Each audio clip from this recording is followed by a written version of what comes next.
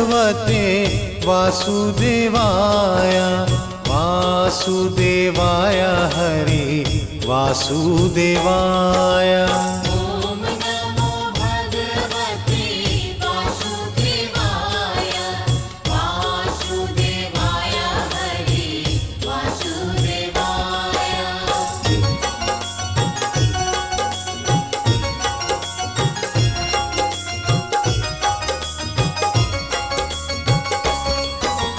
पुरुषोत्तम हरि वासुदेवाय पुरुषोत्तम हरि वासुदेवाय।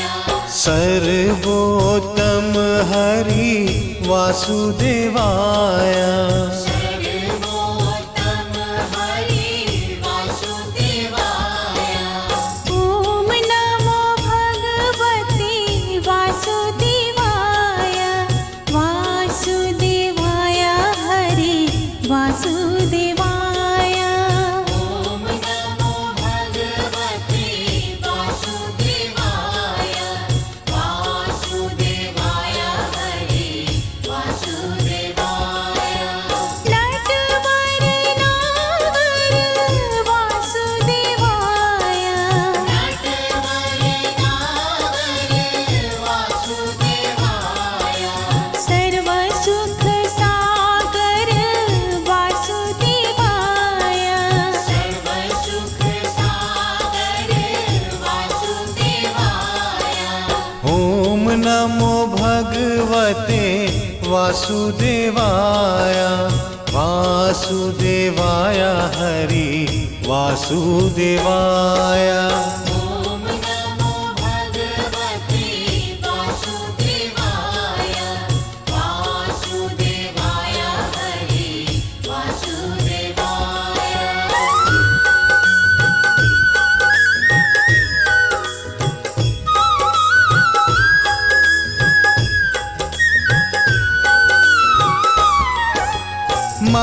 मंगलकारी हरि वासुदेवाय मंगलकारी हरि वासुदेवाय। पावनकारी हरि वासुदेवाय। पावनकारी हरि वासुदेवाय। ओम नमो भगवते वासुदेवाय वासुदेवाय हरि वासुदेवाय। ओम नमो भगवते वासुदेवाय वासुदेवाय हरि वासुदेवाय। हरे कृष्णाय हरि वासुदेवाय हरे कृष्णाय हरि वासुदेवाय। विठ्ठलेश्वराय हरि वासुदेवाय। विठ्ठलेश्वराय हरि वासुदेवाय। ओम नमो भगवते वासुदेवाय वासुदेवाय हरि वासुदेवाय। ओम नमो भगवते वासुदेवाय वासुदेवाय हरि वासुदेवाय।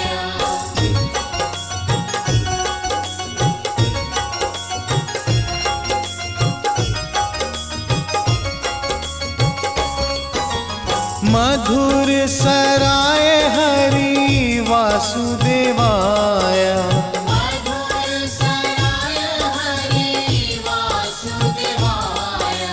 गोकुलेश्वराय हरि वासुदेवाय। गोकुलेश्वराय हरि वासुदेवाय। ओम नमो भगवते वासुदेवाय वासुदेवाय हरि वासुदेवाय। ओम नमो भगवते वासुदेवाय वासुदेवाय हरि वासुदेवाय।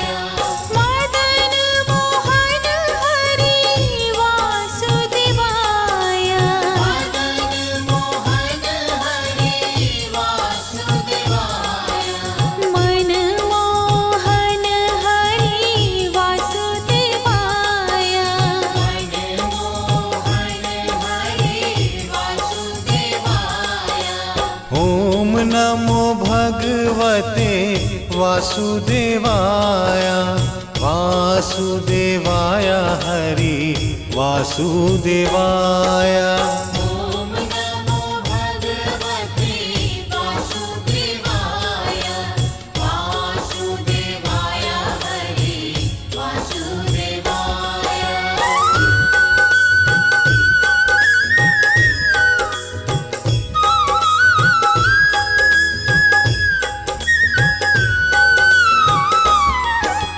गोवर्धन धारी हरि वासुदेवाय गोवर्धन धारी हरि वासुदेवाय। सुदर्शन धारी हरि वासुदेवाय सुदर्शन धारी हरि वासुदेवाय। ॐ नमो भगवते वासुदेवाय वासुदेवाय हरि वासुदेवाय। ॐ नमो भगवते वासुदेवाय वासुदेवाय हरि वासुदेवाय। सविशाल बुद्धे फुल्लारविन्दायत पत्रनेत्रम् येन त्वया रततेलपूर्णं प्रज्वालितो ज्ञानमय प्रदीप प्रज्वालितो ज्ञानमय प्रदीप। हमें रास्तों की जरूरत नहीं है, हमें तेरे पैरों के निशा मिल गए हैं हो। हमें रास्तों की तुम हो शिव और ब्रह्मा का संगम, सब कुछ तुम्हारा सब तुमको अर्पण। अब मुझ में तू है, अब तुझ में मैं हूँ। हमें रास्तों की जरूरत नहीं है, हमें तेरे पैरों के निशान मिल गए हैं हो। हमें रास्तों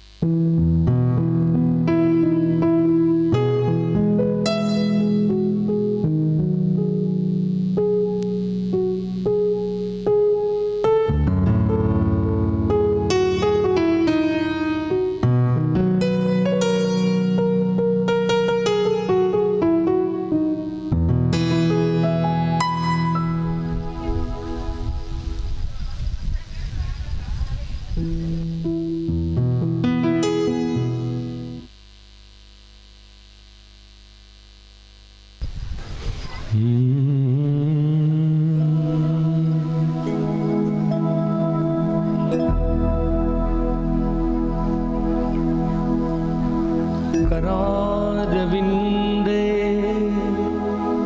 नपदारविन्दं मुखारविन्दे विनिवेशयन्तं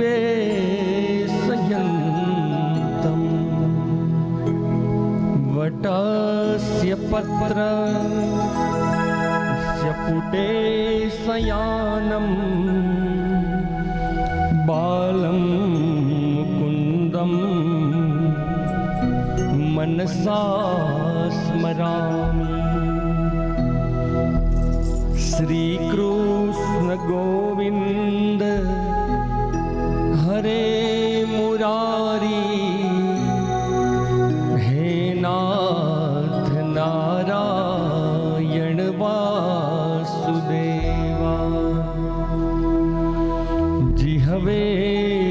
बसवा मृत में तदेवं गोविंद दामोदर माधवेति नारायणं नमस्कृत्यं नरं तो जयमुदीरये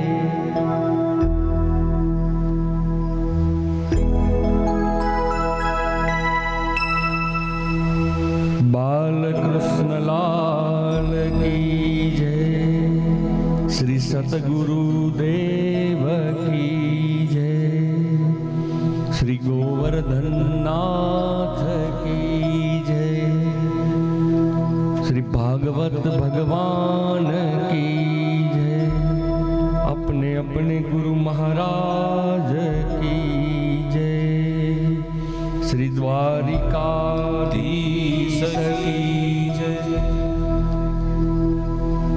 श्री कुलदेवी रवराय की जय, श्री अनाबायाय की जय, श्री आवड़ाय की जय, श्री बुद्धगर बापुनी जय, श्री विजलाय की जय, श्री वाछड़ा डाडानी जय, श्री वेराई मात की जय।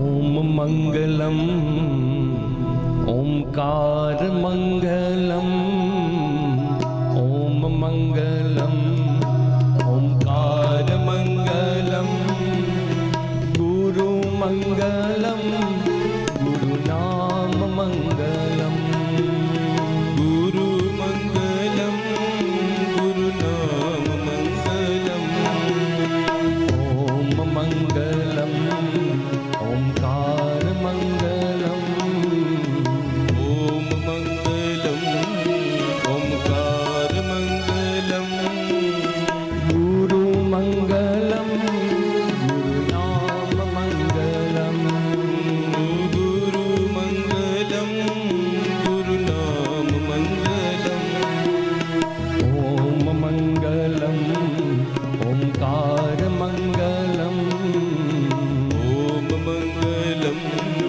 ओंकार मंगलम, गुरु मंगलम गुरुपाद मंगलम, गुरु मंगलम गुरुपाद मंगलम, ओम मंगलम ओंकार मंगलम, ओम मंगलम ओंकार मंगलम, गुरु मंगलम गुरु नाम मंगलम, गुरु मंगलम गुरु नाम मंगलम।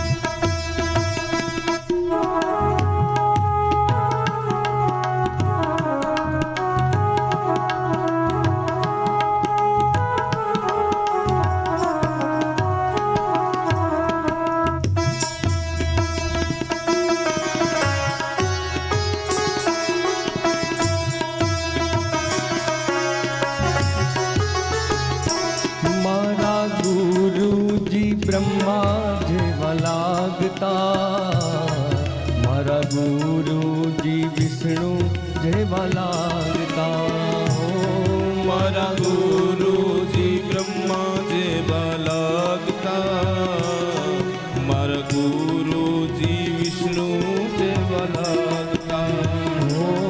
મારા ગુરુજી બ્રહ્મા જેવા લાગતા, મારા ગુરુજી વિષ્ણુ જેવા લાગતા.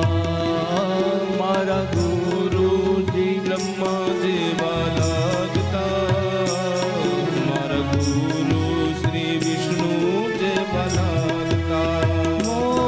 ગુરુ જ્ઞાનનો ભંડાર, ગુરુ વિદ્યાના દેનાર, ગુરુ જ્ઞાનનો ભંડાર, ગુરુ વિદ્યાના દેનાર. ગુરુ જ્ઞાનનો ભંડાર, ગુરુ વિદ્યાના દેનાર. ગુરુ જ્ઞાનનો ભંડાર, ગુરુ વિદ્યાના દેનાર. એવા ગુરુ બતાવું. ઓમ મંગલમ ઓમકાર મંગલમ. ઓમ મંગલમ ઓમકાર મંગલમ. ગુરુ મંગલમ ગુરુ નામ મંગલમ. ગુરુ મંગલમ ગુરુ નામ મંગલમ. ઓમ મંગલમ ઓમકાર મંગલમ. ઓમ મંગલમ ઓમકાર મંગલમ. ગુરુ મંગલમ ગુરુ પાદ મંગલમ. ગુરુ મંગલમ ગુરુ પાદ મંગલમ.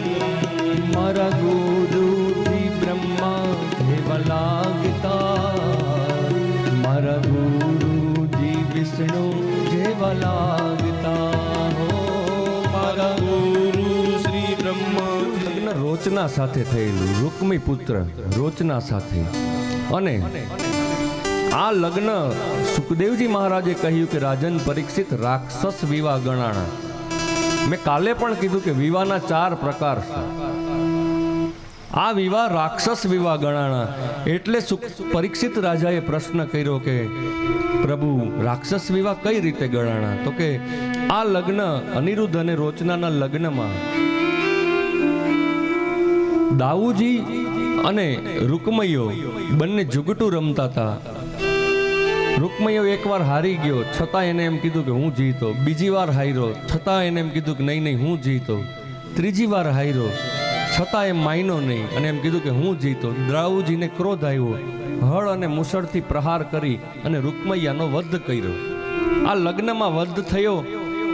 એટલા માટે આ લગ્નને રાક્ષસ વિવાહ ગણ્યા.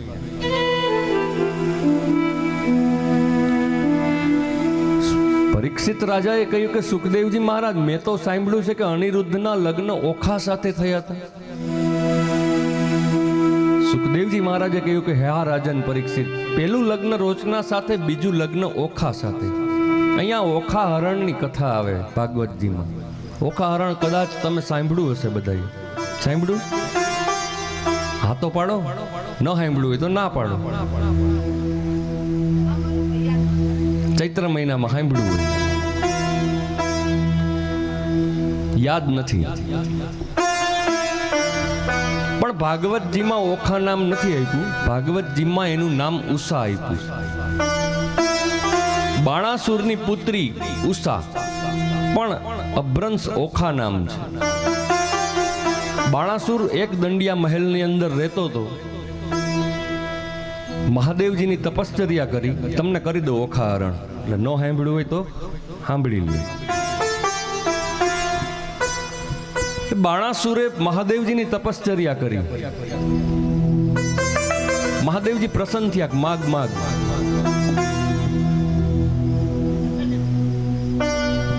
એટલે બાણાસુરે કીધું કે મહાદેવજી મને 1000 હાથ આપો. જુઓ કેવું માંગ્યું, 1000 હાથ આપો. હવે 1000 હાથ એટલે 500 હાથ આ બાજુ ને 500 હાથ આ બાજુ, એવું હોય? 500 હાથ આ બાજુ ને 500 હાથ આ બાજુ, એવું ન હોય. પણ આનો મતલબ એવો થાય કે હે મહાદેવજી મને 1000 હાથનું બળ આપો. 500 હાથ આ બાજુ ને 500 હાથ આ બાજુ નહીં, પણ 1000 હાથમાં જેટલી શક્તિ હોય ને એટલી મારી આ 2 હાથમાં શક્તિ આવે. મહાદેવજી તો ભોળા છે, એને કીધું તથાસ્તુ, તને હું 1000 હાથની શક્તિ આપી. હવે ભૌમાસુરે કહ્યું કે ભલે મહાદેવજી, હવે હું મારા નગરની અંદર જાઉં. ભૌમાસુર પોતાની નગરીમાં આવ્યો. થોડાક દિવસ પછી પાછો કૈલાસ પર્વત ઉપર ગયો. મહાદેવજીએ કીધું પાછો કેમ આવ્યો? તને વરદાન તો આપી દીધું. કે પ્રભુ તમે વરદાન તો આપ્યું પણ લડવા વાળો કોઈ નથી.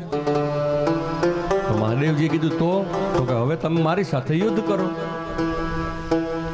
મહાદેવજીએ કીધું મારે વરદાન દેવું ને યુદ્ધ મારે કરવું તારી હારે. તો કે લડવા વાળો કોઈ નથી, તો તમે મારી સાથે યુદ્ધ કરો. મહાદેવજીએ કીધું કે બાણાસુર, હું તને આ ધજા આપું છું. તું આ ધજા તારા મહેલની સામે લગાવજે, તારા મહેલની ઉપર, તારા ખંડની સામે, ને દરરોજ આ ધજા સામે જોજે. જે દિવસે આ ધજા પડી જાય તે દિવસે માનજે તને લડવા વાળો મળ્યો, તને યુદ્ધ કરવા વાળો મળશે ને તે દિવસે તું યુદ્ધ કરજે. જો ભગવાન મહાદેવજીએ એમને ધજા પકડાવી દીધી. જો એ મહાદેવજી ધજા ન આપે તો બાણાસુર એની સાથે યુદ્ધ કરે. આપણા સમાજમાં, આપણા કુટુંબમાં, આપણા પ્રસંગમાં બાણાસુર હોય. અહીંયા મહાદેવજીએ જેમ એને ધજા પકડાવીને એમ એને ધજા પકડાવવી પડે, નકર એ આપણી સાથે યુદ્ધ કરે.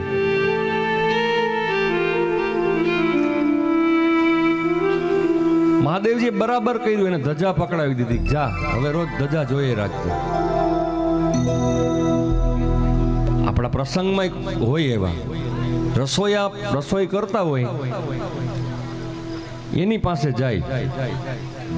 પ્રસંગમાં પણ બાણાસુર હોય. રસોડામાં રસોઈ કરતો હોય એટલે એમ કે બરાબર બનાવજે હો. બોલો કે બરાબર જ બનાવું ને, કાંઈ હું થોડુંક ખરાબ બનાવું. હું સારું બનાવું તો જ મને બીજું કામ મળે ને. એ તો બરાબર જ બનાવવાનો હોય. વળી એમ કે દાળ લાઈ ચાખવા, બરાબર બનાવીશ કે નહીં? એટલે ઓલો રસોઈયો કે ભાઈ બરાબર જ બનાવીશ, આલે ચાખી લે. એક વાટકો ભરીને દાળ ચાખે. પછી દાળ ચાખી અને એમ કે આમાં મીઠું ક્યાં નાખ્યું, તું ભૂલી ગયો.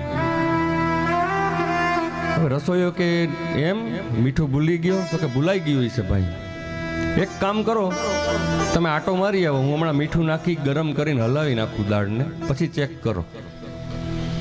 ઓલાને આટો મારવા મોકલે. રસોઈયો કાંઈ ન કરે, એની એ જ દાળ હોય. ઓલો આટો મારી પાછો આવે ને કે હવે લાવ ચાખવા. પાછી એક વાટકો ભરીને ચાખે કે હવે બરાબર. ઓલાએ કાંઈ ન કર્યું હોય. પણ આને કહેવાય બાણાસુર. ઓલો કે મીઠું દાળમાં નહીં, તારામાં ઓછું છે. તો આપણા પ્રસંગમાં એને આવા બાણાસુર હોય એને ધજા પકડાવી દેવાય. એને એમ કહેવાય કે હાલે આ ગાડીની ચાવી જા જેતપુર ના લઈ આવી. એટલે 1 કલાક સુધી હચવાઈ ગયા, ત્યાં એ પ્રસંગ પૂરો થઈ ગયો.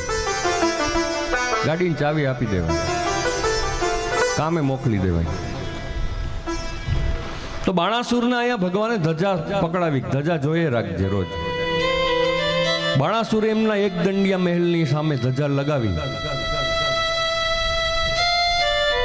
હવે એમની એક પુત્રી હતી ઓખા.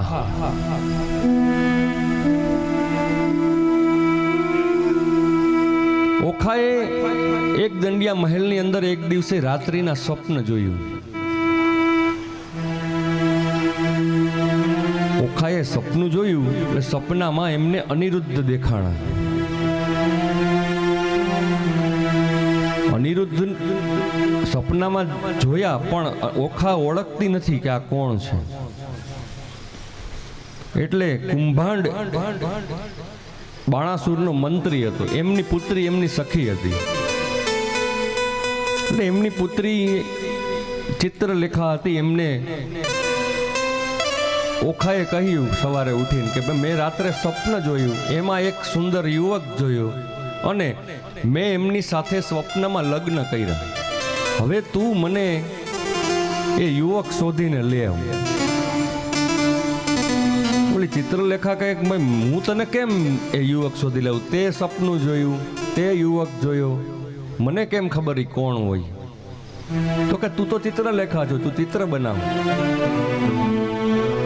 તું ચિત્ર બનાવ એટલે હું કહીશ કે આ યુવક છે.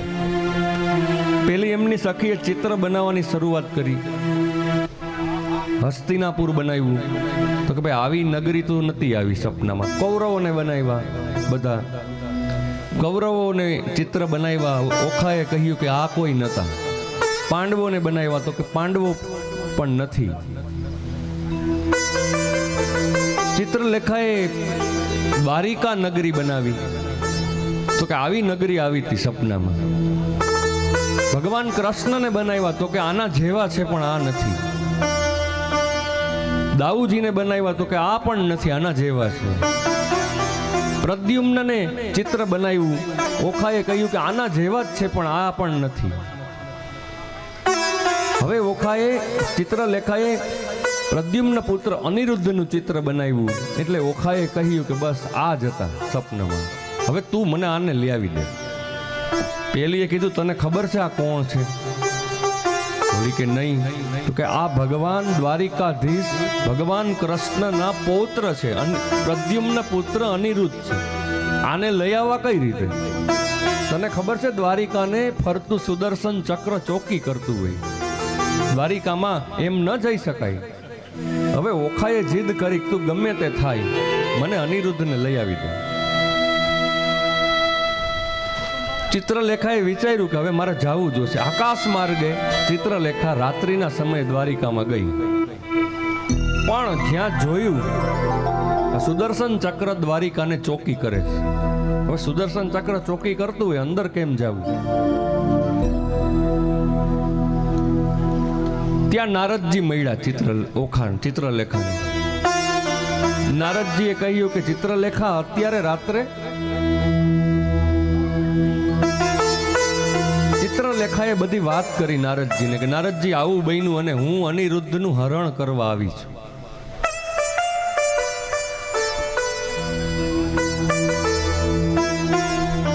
નારદજીએ કહ્યું કે ચિત્રલેખા તારે હરણ કરવા આવી છો, પણ તો પ્રશ્ન શું છે? તો કે સુદર્શન ચક્ર દ્વારિકાને ચોકી કરે, મારે અંદર કેમ જવું? નારદજીએ કહ્યું કે હું થોડી વાર સુદર્શન ચક્રને વાતો કરાવું, ત્યાં સુધીમાં તું અનિરુદ્ધનું હરણ કરી અને નીકળી જા.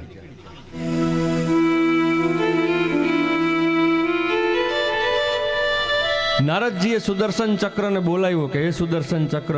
નારદજીને પ્રણામ કર્યા સુદર્શન ચક્રએ કે હે નારદજી પધારો. નારદજીએ પ્રશ્ન કર્યો સુદર્શન ચક્ર શું કરે છે તું? તો કે નારદજી મારું તો કામ છે ભગવાનની ચોકી કરવી, ભગવાનની રક્ષા કરવી, ભગવાનની આ નગરીની રક્ષા કરવી. એટલે હું મારું કામ કરું છું, હું ચોકી કરું છું. નારદજીએ કહ્યું કે તે ક્યારે સત્સંગ કર્યો? સુદર્શન ચક્ર કે મારે થોડો સત્સંગ કરવાનો હોય, હું તો ભગવાન પાસે જ રહું છું. નારદજીએ કહ્યું કે તું એમ માનેસ કે ભગવાનની આંગળીમાં છો, ભગવાનની નજીક છો, એટલે તને પણ મોક્ષ મળી જશે, તને પણ પુણ્ય મળશે એવું વિચારે? સત્સંગ કર્યા વિના પુણ્ય ન મળે. તે ક્યારે સત્સંગ કર્યો? સુદર્શન ચક્ર કે નારદજી મેં તો ક્યારેય સત્સંગ નથી કર્યો અને મેં તો આવું વિચાર્યું નહીં. તો હાલ હું તને સત્સંગ કરાવું. સુદર્શન ચક્ર કે તો કરાવો નારદજી સત્સંગ. નારદજીએ ચિત્રલેખાને ઈશારો કર્યો તું જા અંદર. ચિત્રલેખા દ્વારિકા નગરીની અંદર ગઈ. નારદજી સુદર્શન ચક્રને સત્સંગ કરાવે. હવે દ્વારિકા ખંડમાં લખ્યું છે એવું કે અનિરુદ્ધ જેવો ગદા વિદ્યામાં પ્રવીણ કોઈ નતો. અનિરુદ્ધ ગદા વિદ્યામાં બહુ પ્રવીણ હતા. હવે એમના મહેલમાં પલંગ ઉપર સૂતા હતા. ચિત્રલેખાએ જોયું ચિત્રલેખાએ આખો પલંગ હાથમાં લઈ અને આકાશ માર્ગે ઉડવા લાગી. એમની ગદા હતી પાસે જ સૂતા હતા ત્યારે, તો એની ગદા ત્યાં મહેલમાં મૂકી દીધી. ચિત્રલેખાએ વિચાર્યું કે જો આની ગદા સાથે લઉં અને આ જાગી જાય અને ક્યાંક ગદા લઈને મારા ઉપર પ્રહાર કરે, એના કરતાં એની ગદા અહીંયા મૂકી દઉં. અનિરુદ્ધની ગદા ત્યાં મૂકી દીધી અને પલંગ સાથે ચિત્રલેખા અનિરુદ્ધને લઈ આકાશ માર્ગે જતી રહી. નારદજીએ જોયું કે અનિરુદ્ધનું હરણ થઈ ગયું એટલે સુદર્શન ચક્રને કીધું, સુદર્શન ચક્ર? તો કે હા નારદજી, તારે થોડા સત્સંગ કરવાના હોય. તો કે કેમ? તું તો ભગવાનની આંગળીમાં રહેશો, ભગવાનની આંગળીમાં રહેતો હોય એને સત્સંગની થોડી જરૂર હોય, તારો તો મોક્ષ થઈ જ જાય. સુદર્શન ચક્ર કે હવે તમે પેલા એમ કહેતા હતા ભગવાનની આંગળીમાં છો તારો મોક્ષ નહીં થાય ને સત્સંગ કરે, એટલે હું તમે કહેતા હતા એટલે મેં સત્સંગ કર્યો. હવે તમે એમ કહો? તો કે જા ચોકી કર દ્વારિકાને, વળી ક્યાંક દ્વારિકામાં કંઈક ચોરી થશે ને તો તારું ને મારું બેયનું નામ આવશે. સુદર્શન ચક્ર પાછું કે તો માનો હું તો ચોકી જ કરતો હતો મહારાજ. તો કે જા જલ્દી. સુદર્શન ચક્ર ફરી ચોકી કરવા લાગ્યું. એક દંડિયા મહેલમાં અનિરુદ્ધને ચિત્રલેખાએ પધરાવ્યા. બીજે દિવસે સવારે વહેલા ઉઠી અને બાણાસુરે જોયું તો એની ધજા પડી ગઈ. બાણાસુરે વિચાર્યું કે આજે લડવા વાળો મળ્યો મને. એક દંડિયા મહેલમાં અનિરુદ્ધ પણ જાગી ગયા અને ઓખાએ બધી વાત કરી કે ભાઈ તમે મારા સ્વપ્નમાં આવ્યા એટલે તમારું હરણ કરવામાં આવ્યું. બાણાસુરે બધે શોધ કરી, કોઈ લડવા વાળો ધજા પડી એટલે છે. કોઈએ કહ્યું મહારાજ આ જલમાં પડછાયો દેખાય છે ને એક દંડિયા મહેલમાં કોઈ પુરુષ છે એવું લાગે છે. એક દંડિયા મહેલમાં બાણાસુર આવ્યો, અનિરુદ્ધને જોયા. અનિરુદ્ધ અને બાણાસુરનું યુદ્ધ થયું. અનિરુદ્ધ પાસે કોઈ હથિયાર નહોતું એટલે દરવાજાનો આગરિયો કાઢી અને યુદ્ધ કર્યું બાણાસુરારે. પણ હથિયાર નહોતું એટલે બહુ ટઈકો નહીં અને બાણાસુરે અંતે અનિરુદ્ધને બંદી બનાવી અને કેદખાનામાં કેદ કર્યા. હવે 1 મહિનો થઈ ગયો, 2 મહિના થઈ ગયા, ભગવાનને કાંઈ ખબર નથી. દ્વારિકામાં નથી દાઉજીને, નથી પ્રદ્યુમ્નને. નારદજીએ દ્વારિકામાં પ્રવેશ કર્યો. ભગવાને નારદજીનું સ્વાગત કર્યું. પધારો નારદ, તમે મારી દ્વારિકા પાવન કરી. નારદજીને આસન આપ્યું દ્વારિકામાં ભગવાને. નારદજીને પ્રશ્ન કર્યો, નારદજી તમે આવવાનું પ્રયોજન? નારદજીએ કીધું કે ભગવાન હું અહીંથી નીકળો તો મને એમ થયું કે દ્વારિકા જતો જાઉં એટલે હું અહીં દ્વારિકા પધાર્યો. તો કે બહુ સારું થયું પ્રભુ તમે નારદજી આવ્યા. નારદજીનું સ્વાગત કરવામાં આવ્યું, ચરણ પખાડવામાં આવ્યા. પછી નારદજીએ ભગવાનને કીધું કે પ્રભુ તમારી આ દ્વારિકા આવડી મોટી છે, તમારે આટલી રાણીઓ છે, તમારે ત્યાં આટલા સંતાનો છે, સંતાનોને ત્યાં પણ સંતાન છે. હવે કોક દિવસ સામા મળે ને તો અમે ઓળખીએ નહીં એટલા છે. 56 કોટી યાદવો છે. તો પ્રભુ ક્યારેક મને ઓળખાણ તો કરાવો, કોક તમારા પુત્ર હામા મળે તો હું એને ઓળખી તો શકું. ભગવાને કહ્યું કે સાચી વાત છે નારદજી, તમારી હમણાં ઓળખાણ કરાવું. સેવકોને આજ્ઞા કરી કે બધા પુત્રોને કહો કે નારદજીને આવી અને બધા ચરણ પ્રસ કરતા જાય અને હું ઓળખાણ આપતો જાઉં. ભગવાન આજ્ઞા કરી એટલે એક પછી એક પુત્ર આવવા લાગ્યા. ભગવાન ઓળખાણ કરાવતા ગયા. નારદજીને બધા પગે લાગતા ગયા કે આ પ્રદ્યુમ્ન રૂક્ષ્મણી પુત્ર, આ સાંબ જાંબવતી પુત્ર, બધા પુત્ર આવ્યા, પગે લાગ્યા નારદજીને. નારદજીની સાથે ભગવાને ઓળખાણ કરાવી. પછી નારદજીએ પ્રશ્ન કર્યો કે પ્રભુ મેં સાંભળ્યું છે તમારે ત્યાં પુત્રને ત્યાં પણ પુત્ર, દીકરાને પણ દીકરા છે, તો એને બોલાવો. એટલે ભગવાને કહ્યું હા નારદજી, અમારે પ્રદ્યુમ્નને ત્યાં અનિરુદ્ધ છે, દીકરાને ત્યાં દીકરા પણ છે, કે અનિરુદ્ધને બોલાવો. બધા સૈનિકો ગયા પણ અનિરુદ્ધ મળતા નથી. ભગવાનને કીધું પ્રભુ અનિરુદ્ધ છે નહીં, તો કે અહીંયા જ હોય, તપાસ કરો.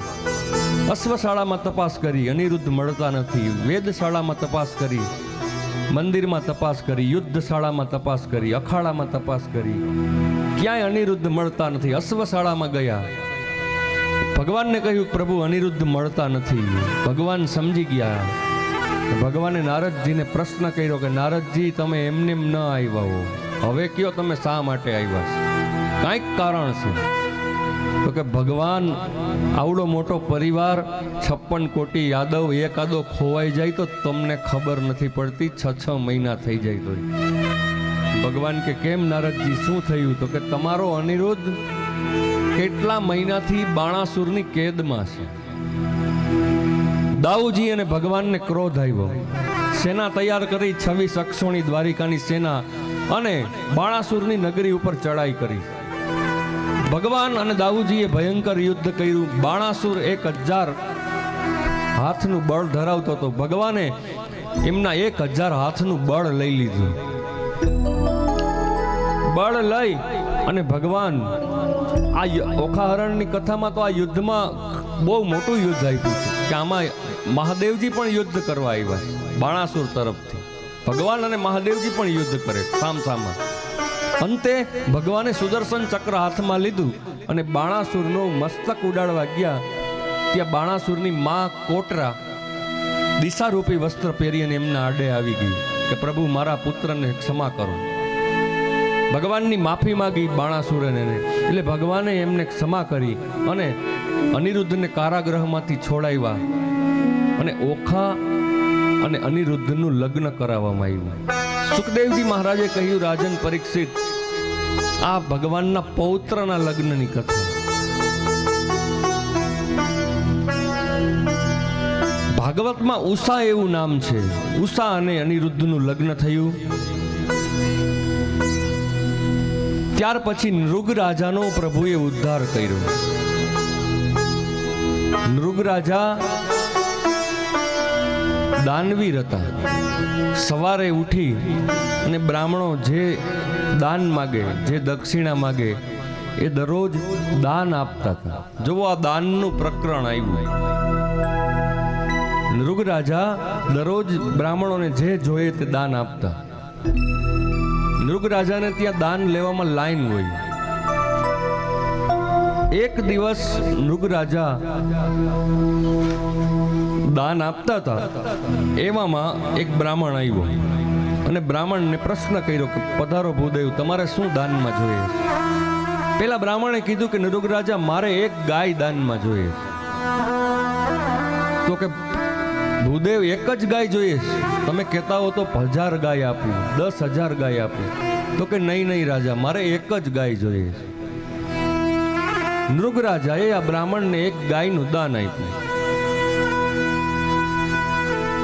બ્રાહ્મણે કહ્યું કે નૃગ રાજા તમે મને ગાય તો દાનમાં આપી, પણ મારે નગરમાં ખરીદી કરવા જવું છે. હવે આ નગરમાં ગાયને કેમ સાથે લેતી જાવી? તમે એટલી મારું વિનંતી છે કે આ ગાય હું નગરમાંથી ખરીદી કરીને આવું ત્યાં સુધી તમારી ગૌશાળામાં સાચવો. હું ખરીદી કરી અને પછી આવું ત્યારે વળતા આ ગાયને લેતો જઈશ. નૃગ રાજાએ કહ્યું કાંઈ વાંધો નહીં, ગાય અહીંયા બાંધી દો. દાનમાં આપી દીધી. હવે પેલો બ્રાહ્મણ નગરમાં ખરીદી કરવા ગયો. નગરમાં ખરીદી કરીને પાછો નૃગ રાજાના દરબારમાં જતો હતો, ગૌશાળામાં પોતાની ગાય લેવા માટે. ત્યાં રસ્તામાં એક બીજો બ્રાહ્મણ એમને સામો મળ્યો આ ગાય લઈને. પેલા બ્રાહ્મણે વિચાર્યું કે આ ગાય તો હમણાં મને નૃગ રાજાએ દાનમાં આપી હતી, અને આ બીજો બ્રાહ્મણ આ ગાય લઈને સામો મળ્યો. બંનેને થયો ઝઘડો કે આ ગાય તો હમણાં મને દાનમાં આપી, ઓલો કે મને આપી. બંનેનો ઝઘડો નૃગ રાજા પાસે પહોંચ્યો. બંને નૃગ રાજા પાસે ગયા અને રાજાને કીધું પેલા બ્રાહ્મણે કે તમે મને આ દાનમાં ગાય આપી હતી, તમે પાછી કેમ આ બ્રાહ્મણને દાનમાં આપી? નૃગ રાજાએ વિચાર્યું કે મારાથી ભૂલ થઈ ગઈ. નૃગ રાજાએ કહ્યું ભૂદેવ, મારાથી ભૂલથી આ ગાય બીજા બ્રાહ્મણને દાનમાં દેવાઈ ગઈ. હવે મારાથી ભૂલ થઈ ગઈ, આપ ક્ષમા કરો. તમે બંને આ ઝઘડાનો અંત લઈ આવો. તમે બંને કહેશો તો હું તમને 1000 ગાય સોનાના શિંગડાથી મઢીને આપું. પેલા બ્રાહ્મણે કીધું કે મારે તો આ જ ગાય જોઈ, મારે સોનાના શિંગડાથી મઢેલી 1000 ગાય નથી જોતી. બીજાને કીધું કે તને સોનાના શિંગડાથી 1000 ગાય અને ચાંદીની ખરીથી મઢીને આપું. બીજો બ્રાહ્મણ કે નહીં, મારે એ નથી જોતું, મારે તો આ જ ગાય જોઈ. હવે આ ઝઘડો સમાપ્ત ન થયો અને જેટલું નૃગરાજાએ પુણ્ય કરેલું હતું એટલું પાપ ભેગું થયું. જુઓ, પુણ્ય અને પાપ બે ભેગા સરખા થયા. આટલા આખી જિંદગી પુણ્ય કર્યું ને એક ભૂલ કરી, શ્રાપ આપ્યો અને પાપ અને પુણ્ય બે સરખા થયા. હવે નૃગરાજાનું મૃત્યુ થયું. દેવતાઓ આવ્યા સ્વર્ગમાંથી અને નૃગરાજાને કીધું કે તમારું પાપ અને પુણ્ય બે સરખા છે, એટલે તમારે નરક ભોગવવું છે કે સ્વર્ગ ભોગવવું છે? બે સરખા છે પાપ પુણ્ય. કાં પેલા સ્વર્ગ ભોગવો પછી નરકમાં જાશો, પેલા નરક ભોગવો પછી સ્વર્ગમાં જાશો, પેલા શું ભોગવવું છે? એટલે નૃગરાજાએ કીધું કે હે દેવતાઓ, પેલા હું પાપ ભોગવી લઉં, પેલા મને પાપ ભોગવો, પછી સ્વર્ગ આપજો, પછી પુણ્ય ભોગવીશ. દેવતાઓ પ્રસન્ન થયા અને નૃગરાજાને કીધું કે તમે પેલા પાપ ભોગવવાનું કીધું, એટલે હે નૃગરાજા, તમને અમે દ્વારિકાના એક કૂવાની અંદર કાચિંડો બનાવી અને તમને મોકલીએ છીએ, તમે પાપ ભોગવો ત્યાં જઈ. અને જ્યારે ભગવાન કૃષ્ણનો અવતાર થશે ત્યારે એ તમારો ઉદ્ધાર કરશે. તમારા પાપ પૂરા થાય બધા ભોગવવાના, પછી ભગવાન તમારો ઉદ્ધાર કરશે. આજે ભગવાનના બાળકો ગેડી દડે રમતા હતા દ્વારિકામાં અને દડો આ કૂવામાં ગયો. બાળકોએ જોયું કે કૂવામાં વિચિત્ર પ્રાણી છે. ભગવાનને સમાચાર આપ્યા. ભગવાન આવ્યા, ભગવાને જોયું અને આ દ્વારિકાના કૂવામાંથી નૃગરાજાનો ઉદ્ધાર કર્યો અને પછી સ્વર્ગલોક ભગવાને આપ્યું. જુઓ, દાનનો આ ચરિત્ર છે નૃગરાજાનું. દરરોજ દાન કરતા પણ એક ભૂલ થઈ ગઈ તો પાપ અને પુણ્ય સરખા થઈ ગયા. પુણ્ય દાન કરવાથી મળે, પણ દાન હંમેશા પાત્ર જોઈ અને કરાય. પાત્ર વિના દાન ન કરાય. જો પાત્ર વિના દાન કરીએ તો આપણે પણ ભોગવવું પડે.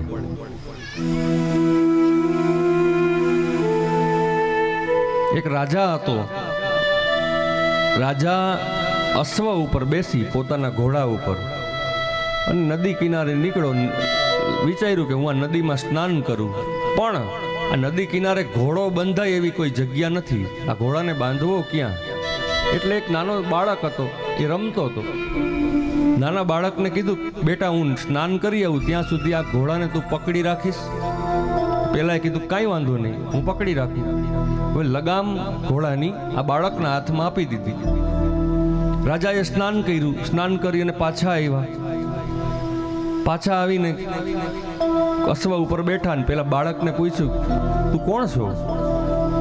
પેલા બાળકે કીધું કે હું તો બ્રાહ્મણનો દીકરો છું ને અહીંયા આ ગામમાં રહું છું. રાજાએ કીધું તો બહુ કરી. પેલો કે કેમ? તો કે તું બ્રાહ્મણનો દીકરો છો ને તારા હાથમાં મેં આ અશ્વની લગામ આપી દીધી, તો હવે દાન દેવાઈ ગયું, આ ઘોડો તું લઈ જા. ઓલો કે ભાઈ હું તો ગરીબ છું, ઘોડાને ખવડાવું કે હું ખાવું? હું કેમ આ ઘોડો લઉં દાનમાં? તો કે નહીં, હવે તો એ દાન દેવાઈ ગયું મારાથી, હવે આ ઘોડો મારા ન વપરાય, તને અપાઈ ગયો. પેલો કે મારું કામ નહીં. રાજા કે તું ચિંતા કરમાં, હું બધું ધ્યાન રખાવીશ.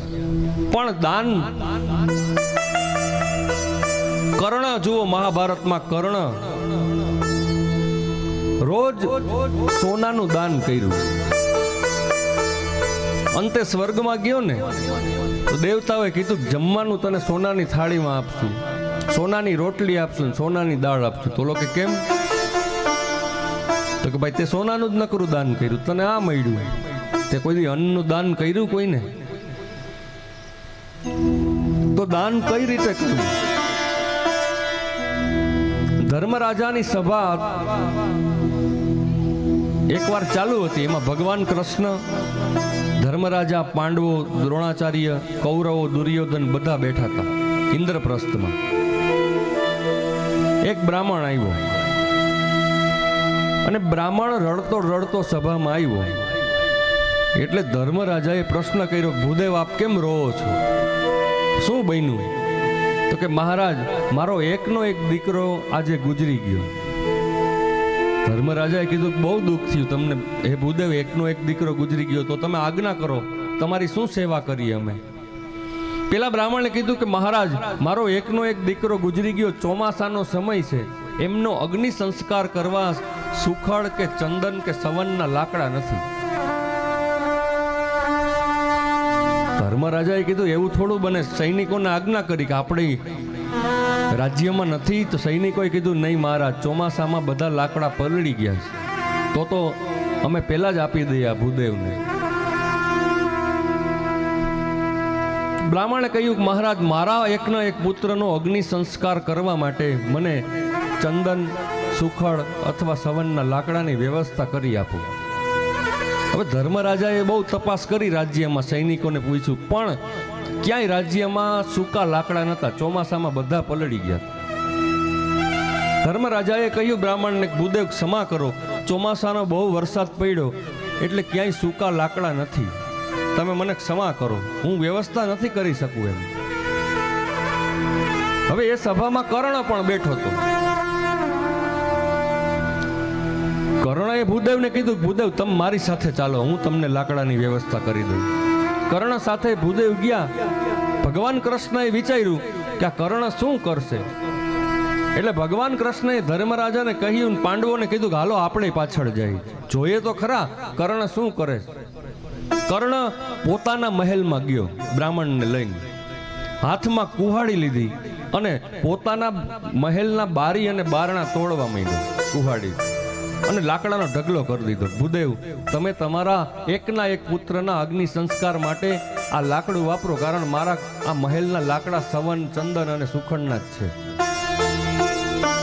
પેલો બ્રાહ્મણ રાજી થઈ ગયો, આશીર્વાદ આપ્યા ને વયો ગયો. ભગવાને કીધું, ધન્ય છે કર્ણ. ધર્મરાજાને કીધું, જુઓ, એટલા માટે દાનવીર કર્ણ કહેવાય. તમે ધર્મરાજા છો એ બરાબર છે, પણ તમે દાનવીર ન ગણાવો, કારણ કર્ણ જ દાનવીર ગણાય. કારણ કે તમારા મહેલમાં પણ લાકડા ચંદન, સુખડ અને સવનના હતા, તમને કેમ એવો વિચાર ન આવ્યો? અને કર્ણને જોવો એવો વિચાર આવ્યો, એટલા માટે એ દાનવીર ગણાય. બીજા જન્મમાં એટલે શેઠ સગાડસા થયો અને અન્નના દાન કર્યા. બીજા જન્મમાં જુઓ, અન્નનું જ નકરું દાન કર્યું, કારણ દેવતાઓએ કીધું હતું કે તે બહુ સોનાનું દાન કર્યું, હવે અન્નનું દાન કર.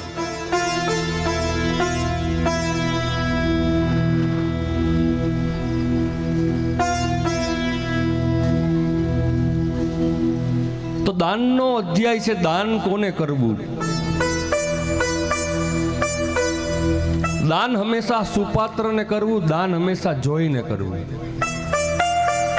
આપણી ઘરે ખુરશી તૂટી ગઈ હોય, તૂટેલી ખુરશી હોય ને આપણે કોકને કહીએ કે લઈ જા, અને પછી આપણે એમ કહીએ કે મેં દાન કર્યું, તો એ દાન નથી. આપણને નડતી હતી, ઘરે તૂટેલી હતી ને કોકને આપી દીધી ને પછી એમ કહીએ કે આપણે દાન કર્યું, તો એ દાન નથી. જુગારમાં 5,000 રૂપિયા જીતીએ અને પછી સત્યનારાયણની કથા કરીએ એ પૈસાની, તો એ કથા પહોંચે નહીં મારા વાલા, કારણ કે આપણે જુગારમાં જીતા છીએ. તો દાન કેમ કરવું એ આ અધ્યાયમાં બતાવે છે.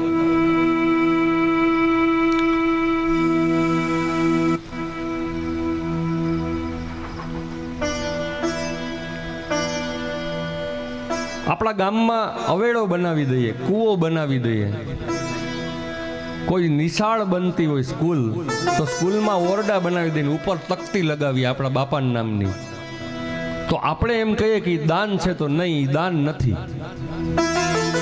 કારણ સ્કૂલ બનાવવી, અવેડા બનાવવા, કૂવો બનાવવો, રસ્તા બનાવવા એ સરકારનું કામ છે, આપણું નથી. સરકાર એની ફરજમાંથી ચૂકે છે, વ્યવસ્થા નથી કરી શકતી, એટલે આપણે મદદ કરીએ છીએ અને આપણે ઓરડો બનાવી દઈએ સ્કૂલનો. ઉપર કોઈ કૂવો બનાવી દઈએ, લખે ચંદુ વાવ. ચંદુ વાવ છે નહીં ભાઈ, પાણી તો ભગવાને આપ્યું અંદર. ઓરડો બનાવી દઈએ સ્કૂલમાં, હા, એ દાન નહીં પણ મદદ ગણાય. કે જે વસ્તુ સરકારને કરવાની, તો આપણે આ રસ્તો બનાવી દઈએ હમણાં ક્યાંક ડામરનો, અને પછી એમ કંઈક મેં દાન કર્યું તો એ ન ચાલે. કારણ કે રસ્તો બનાવવાની ફરજ સરકારની છે. સરકાર ફરજમાંથી પહોંચી નથી શકતી, ચૂકી જાય છે. આપણે મદદ કરીએ છીએ. આપણે સ્કૂલ બનાવી દઈએ, અવેડો બનાવી દઈએ, અથવા તો કૂવો બનાવી દઈએ ગામમાં, તો એ આપણી મદદ છે, દાન નથી. એટલું યાદ રાખજો. તો વ્યાજે પૈસા દેવા વાળો એમ કે હું રોજ દાન કરું છું. નહીં, એ મદદ કરે છે બીજાને. કે ભાઈ કોકને વ્યાજે પૈસા જોતા હોય, આવે ભાઈ મને આટલા 1000 આપો, તો કે લઈ જા, આટલા ટકા વ્યાજ થાય. તો ઓલો એમ કે હું રોજ દાન કરું છું. જરાય નહીં. દાન જરૂરિયાતમંદને કરીએ એ દાન છે. તમે ક્યારેક જુનાગઢની સિવિલ હોસ્પિટલ, અમદાવાદની સિવિલ હોસ્પિટલમાં જાજો અને જોજો. કોણ આવે ખબર નથી, પણ દર્દીઓના ખાટલા હોય એમાં સવારમાં નાસ્તો આવી જાય, બિસ્કિટ આવી જાય, ચા આવી જાય, દાંતણ આવી જાય, બપોરે જમવાનું ટિફિન આવી જાય, સાંજે જમવાનું ટિફિન આવી જાય, સાવ મફત, નિઃશુલ્ક. એમના ભેગા કોઈ હોય, સિવિલ હોસ્પિટલ અમદાવાદમાં પણ વ્યવસ્થા છે, એમના ભેગા કોઈ હોય તો એમને જમવાનું મળે. લોકો રોજ દાન કરે તો એને દાન કહેવાય. જેને જ્યાં જરૂર છે ત્યાં આપો. જરૂર નથી ત્યાં આપણે ગરબામાં રેડીએ. કોઈ ગરીબ માણસ હોય, એમની દીકરીના લગ્ન થતા હોય અને એમની પાસે પૈસા ન હોય, અને આપણે જઈ અને તેમને તરત હાથમાં પૈસા આપીએ અને એ દીકરીની આંખમાં આંસુ આવી જાય ખુશીના, એ મોટામાં મોટું દાન છે. એટલે જ કહેવાય કન્યાદાન એ મહાદાનમ. જ્યાં જરૂર છે ત્યાં જઈ અને આપણે ઉચિત સમયે દાન આપીએ, એનું નામ દાન. જમણા હાથે આપીએ અને ડાબા હાથને ખબર ન પડે, એનું નામ દાન.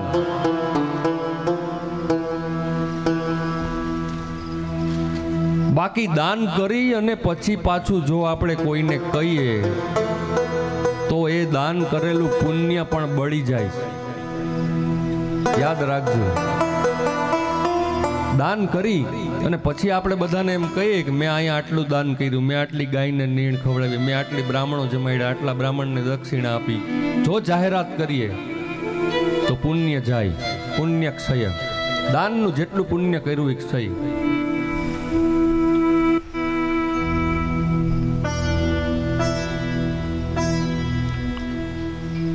જેવી રીતે પાપને જાહેરાત કરીએ અને પાપ આપણું બળી જાય, પાપનું પશ્ચાતાપ કરીએ, પ્રાયશ્ચિત કરીએ જાહેરમાં, ભાઈ મારાથી આ ભૂલ થઈ ગઈ, તો એ પાપમાંથી મુક્ત થવાય, એ પાપ બળી જાય.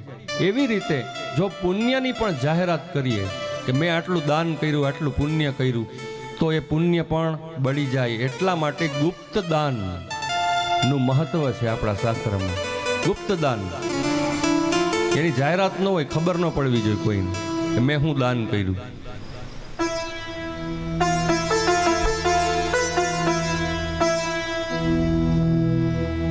ઇન્દ્રના દરબારમાં એક વખત એક રાજા આવ્યો અને બ્રહ્માજીએ કીધું કે ઇન્દ્ર તું નીચે ઉતરી જા.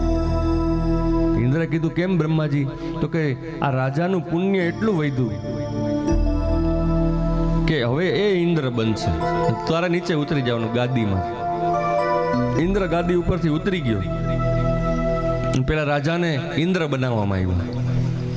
પછી બધા દેવતાઓએ વિચાર્યું કે હવે બ્રહ્માજીને પ્રશ્ન કર્યો કે બ્રહ્માજી હવે શું કરવું? તો કે ભાઈ એમાં હું કાંઈ ન કરી શકું, પુણ્ય કોઈ વધારે કરે તો એ ઇન્દ્ર બને, જો એનું પુણ્ય જાય તો એ પાછો ગાદી ઉપરથી ઉતરી શકે, બાકી ઉતરી ન શકે, એ ઇન્દ્ર જ બની રહી. બધા દેવતાઓએ જઈ અને રાજાને વખાણ કર્યા કે તમે તો ખરેખર ઇન્દ્રની ગાદીને શોભાયમાન કરી ઉપર બિરાજીને. એટલે પેલાએ વખાણ કર્યા એટલે ઓલો ફૂલાણો. પેલાએ કીધું ભાઈ એમને એમ નથી બેઠો અહીંયા, મેં આટલા પુણ્ય કર્યા, આટલી ગાયોના દાન આપ્યા, આટલી ગાયોને નીણ નાખી, આટલી બ્રાહ્મણોને દાન આપ્યું, બધું બોલવા માંડ્યો જેટલા પુણ્ય કર્યા. અને બધા પુણ્ય કર્યા એ બોલ્યો એટલે બ્રહ્માજી આવી ગયા. પેલા રાજાને કીધું કે નીચે ઉતરી જા. કેમ? તારા પુણ્ય વયા ગયા બધા. ઇન્દ્રને પાછી ગાદી આપી દીધી. તે જાહેરાત કરી એટલે તારું પુણ્ય ગયું બધું. તો દાનનું પ્રકરણ છે. દાન કેમ કરવું, ક્યાં કરવું, કઈ રીતે કરવું.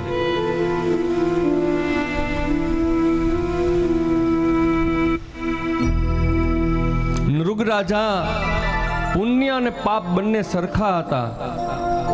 ભગવાને એમને દ્વારિકાના કૂવામાંથી સ્વર્ગલોક આપ્યો છે. હવે તું પુણ્ય ભોગવ હે નૃગ રાજા. ત્યાર પછી દાઉજીએ યમુનાજીને ખેંચ્યા છે હળ અને મુસળથી. એમની કથા છે. અને ભગવાને ત્યાર પછી પોંડરૂકનો નાશ કર્યો. પોંડરૂક બધાને એમ કહેતો કે હું જ વાસુદેવ છું, હું જ કૃષ્ણ છું, હું જ દ્વારિકાધીશ છું. પોતે પણ ભગવાનની જેમ ખોટું સુદર્શન ચક્ર રાખી અને ફરતો હતો. પોંડરૂક એક વખતે ભગવાન દ્વારિકાધીશની દ્વારિકા નગરી ઉપર ચડાઈ કરી યુદ્ધ કરવા આવ્યો. ભગવાને એમનો સુદર્શન ચક્રથી વધ કર્યો. ત્યાર પછી કાશી રાજા યુદ્ધ કરવા આવ્યા. કાશી રાજાનો વધ કર્યો. સુદક્ષિણ નામના દૈત્યનો વધ કર્યો. સુદક્ષિણે ભગવાન ઉપર મારણ, મોહન અને ઉચ્ચાટન નામની વિદ્યાનો પ્રયોગ કર્યો. આ વિદ્યા ફેંકી છે, મેલી વિદ્યા જેને આપણે કહીએ.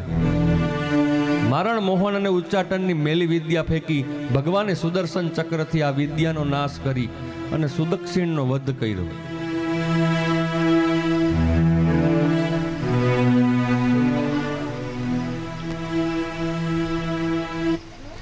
ત્યાર પછી ભગવાને સુદક્ષિણનો વધ કરી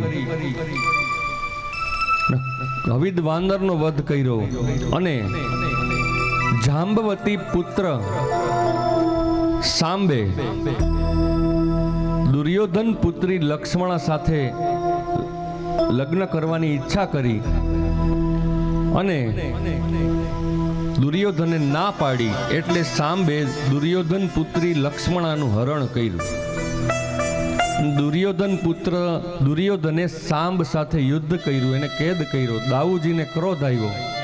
દાઉજીએ હળ અને મુસળથી વિચાર્યું કે આખી હસ્તિનાપુરને હમણાં ગંગામાં બોળી દઉં.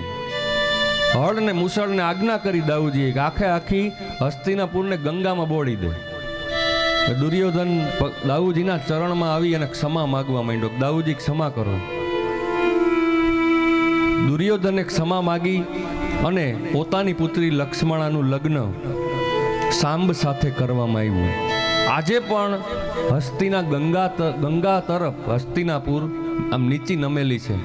કારણ દાઉજીએ હળ અને મુસળથી હસ્તિનાપુરને ગંગામાં બોળવાનો પ્રયાસ કર્યો. હસ્તિનાપુર એટલે જૂનું દિલ્હી. તો સાંબનું લગ્ન થયું. ત્યાર પછી નારદજી દ્વારિકામાં પધાર્યા અને ભગવાનનો ગૃહસ્થાશ્રમ જોયો. ગૃહસ્થાશ્રમનો દર્શન કર્યો. હવે જુઓ, સંન્યાસી હોય, ઋષિ મુનિ હોય, એને કોઈનો ગૃહસ્થાશ્રમ જોવાની જરૂર ન હોય. સંન્યાસ જ લઈ લીધો છે. સમન્યાસ, બધી વસ્તુનો ન્યાસ. કામ્ય નામ કર્મના ન્યાસ ઇતિ સંન્યાસ સમુચયતે. બધી વસ્તુનો સંન્યાસ લીધો હોય પછી એને સંસારમાં કાંઈ પડવાની જરૂર ન હોય, અથવા તો સંસારી સાથે સંબંધ રાખવાની જરૂર ન હોય, અથવા તો કોઈના સંસારમાં જઈ અને બેસવાની પણ જરૂર નથી, કારણ કે એને તો સંસારનો ત્યાગ કર્યો.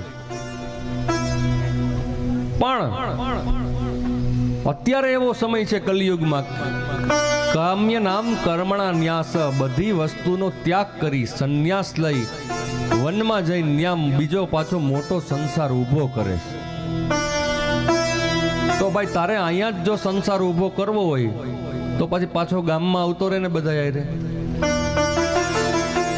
એક સાધુ હતા, એ ભાઈએ સંન્યાસ લીધો, પછી આશ્રમમાં ગામની બહાર રહેવા માંડ્યા.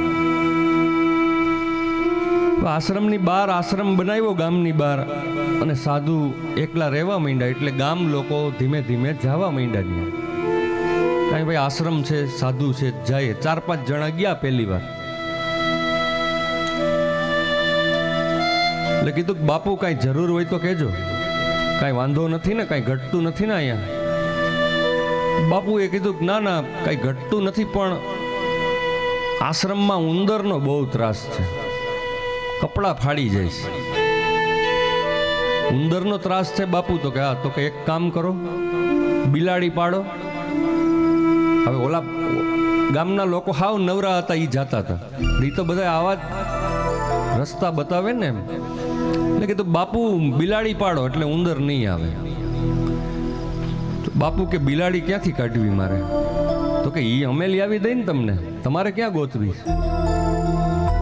ઓલા બિલાડી લઈ આવ્યા ને બાપુને આશ્રમમાં બિલાડી આપી, કાલિયા બાપુ. હવે બિલાડીને રોજ દૂધ તો પાવું ને. થોડાક દી પછી પાછા વળવા ગયા, બાપુ કાંઈ તકલીફ?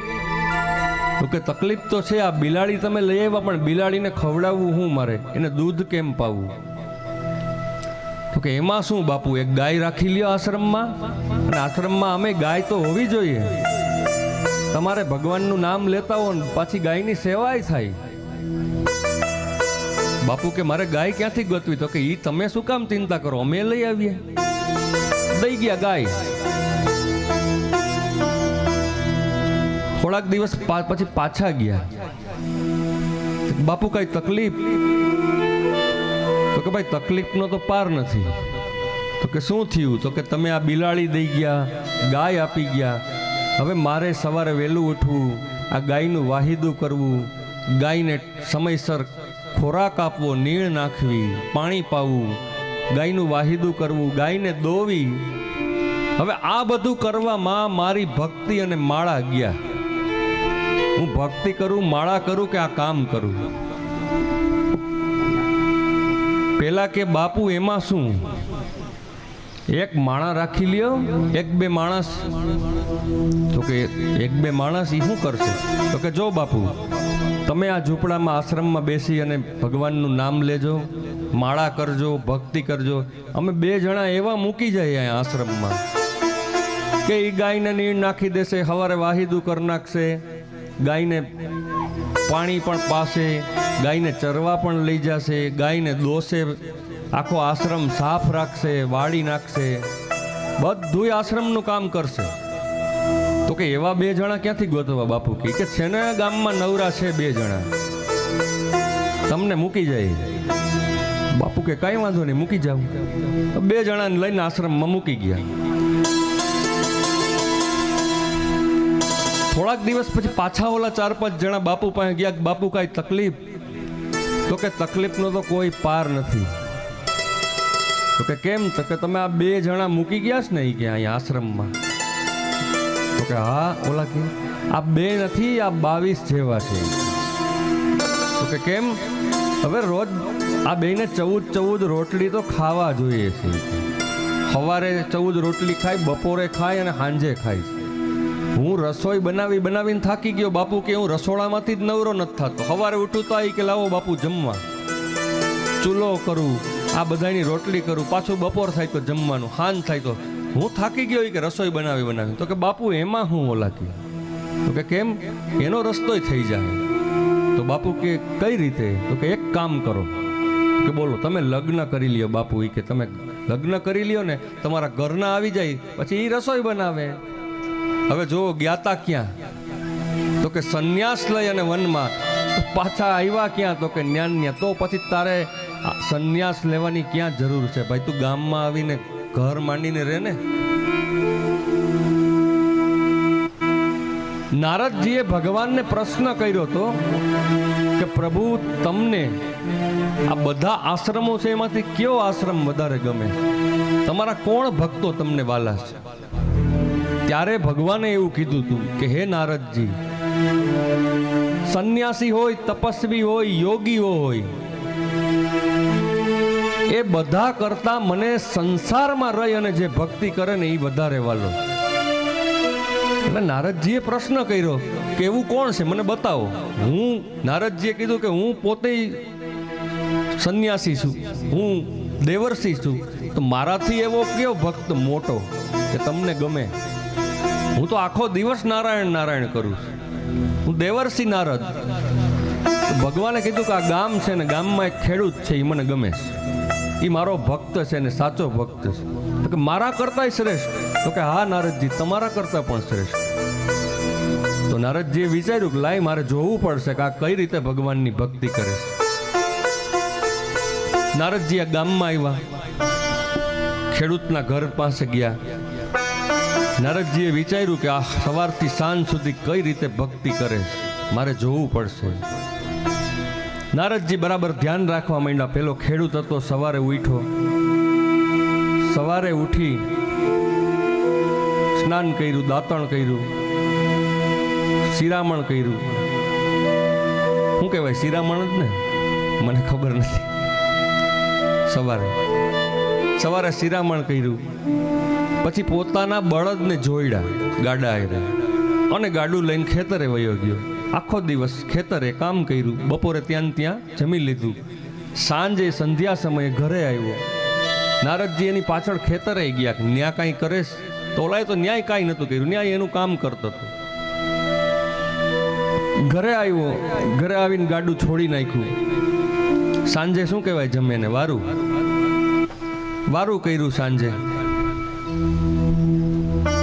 પછી થોડાક એના હિસાબ કિતાબ હતા મજૂરોના, એ પતાવ્યા. હિસાબ કિતાબ પતાવી પાછો પોતાના ખાટલે ગયો અને ખાટલે જઈને ખાલી એટલું કીધું કે હે ભગવાન, સવારે વહેલો ઉઠાડી દેજે. આટલું કરીને સૂઈ ગયો. હવે નારદજીએ વિચાર્યું આને તો કાંઈ ન કર્યું આખો દી, મને ભગવાન ક્યાં વાલો. ગયા સીધા વિષ્ણુ લોકમાં, ભગવાનને ફરિયાદ કરી કે પ્રભુ આ રીતે હોય? આ પેલો ખેડૂત તો કાંઈ નહોતું કર્યું, આખો દિવસ કામ કર્યું, સાંજે ખાલી એકવાર તમારું નામ લીધું સુવા ટાઈમે, છતાંય તમને વાલો. ત્યારે ભગવાને કીધું કે હે નારદજી, સંન્યાસી હોય, યોગી હોય, દેવર્ષિ હોય, એમની તો ફરજ છે મારી ભક્તિ કરવી, પણ સંસારમાં રહી પોતાની ફરજ નિભાવતા સંસાર ચલાવતા એ મને એકવાર પણ યાદ કરે તો એ મારો સાચો ભક્ત છે. એટલે મને સંસાર ગૃહસ્થાશ્રમ વાલો છે. બાકી કામ્યનામ કર્મણા ન્યાસ, કામનાઓ અને બધી વસ્તુઓનો ત્યાગ કરી અને વનમાં જઈએ, પછી વનમાં જઈ અને બીજો સંસાર ઊભો કરીએ, એના કરતા સંસારમાં રહી અને ભગવાનની ભક્તિ કરીએ શ્રેષ્ઠ છે. ગૃહસ્થાશ્રમ એટલે ભગવાનને વાલો છે.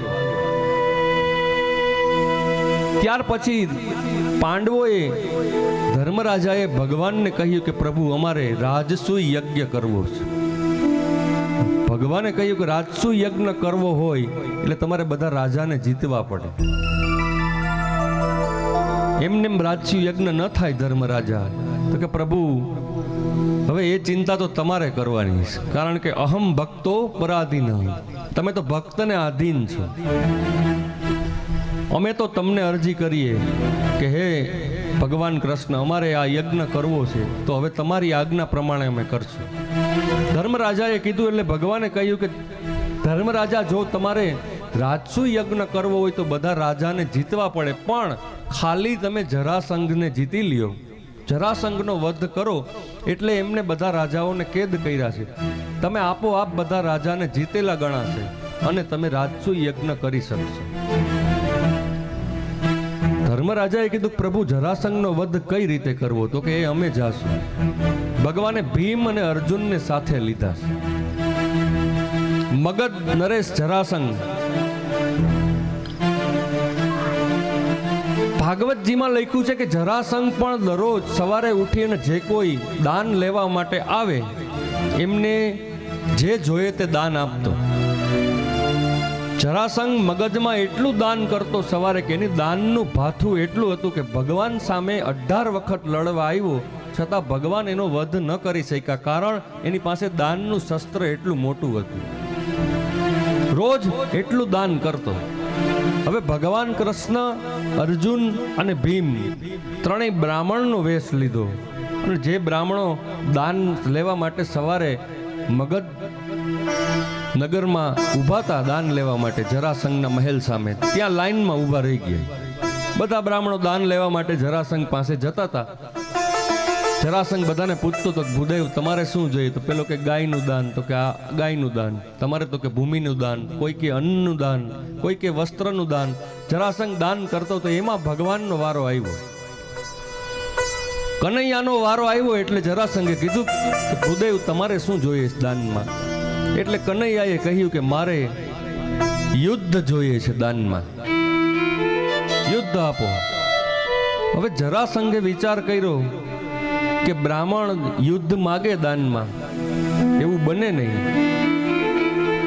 જો આ બ્રાહ્મણ હોય તો યુદ્ધ માગે નહીં, અને આ યુદ્ધ માગે છે એટલે આ બ્રાહ્મણ ન હોય, આ કોક બીજો છે. બ્રાહ્મણ આવું માગે નહીં. જરાસંઘે બરાબર નજરથી જોયું તો વાકડિયા વાળ, ચંચળ આંખો, નટખટ ચહેરો અને સુંદર નક્ષિક જોયું એટલે જરાસંઘે કીધું કે કનૈયો કે નહીં? ભગવાન કે હા જરાસંઘ છું તો કનૈયો. તો કે તારી સાથે તો મેં 18 વખત યુદ્ધ કર્યું. કનૈયા તારી સાથે યુદ્ધ કરીને થાકી ગયો, હવે નહીં, તું એક બાજુ આવતો રહે. પ્રભુ એક બાજુ આવી ગયા. પછી અર્જુનનો વારો આવ્યો.